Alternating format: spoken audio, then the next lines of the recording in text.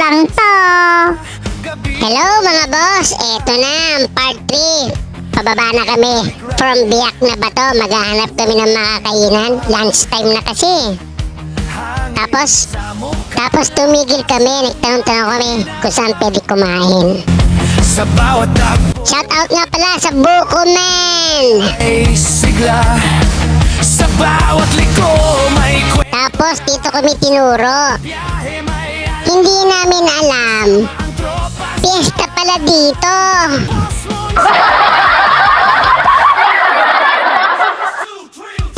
Ito nga pala yung Rosemel Balmes Eatery. Ang sarap ng pagkain dito mga boss. Dito kayo kumain pag kayo'y nag-road trip ng Batangas. sa ilaw ng lungsod o sa dilim. Nagpapasalamat po kami kay Ate Rosemel sa mainit at pagtanggap sa amin. At thank you so much sa lunch namin na libre kasi piyesta po sa kanila. Maraming salamat po Rosemel Balmes Eatery. Monchon, tara na! Sa kalsada tayo. Happy Fiesta!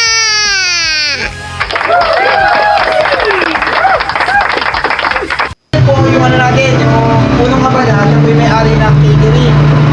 Ngayon, ipatahan tayo dito sa sa may barangay Sampaga para makikain ng libre.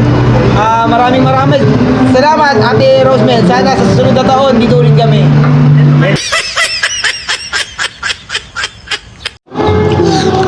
Boss, ano masasabi mo sa pagkain? Napakasarap, lutong Batangas. Happy Fiesta nga pala po dito sa Sampaga.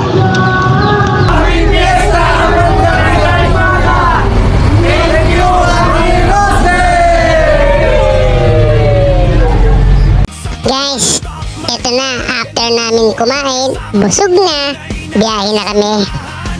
Pauwi ng Laguna, Cavite, Manila.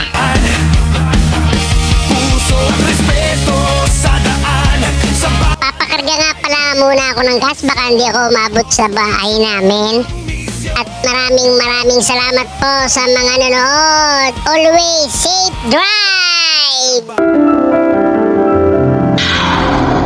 Ako po si Boss Monton, ang nagsasabing ako lang to.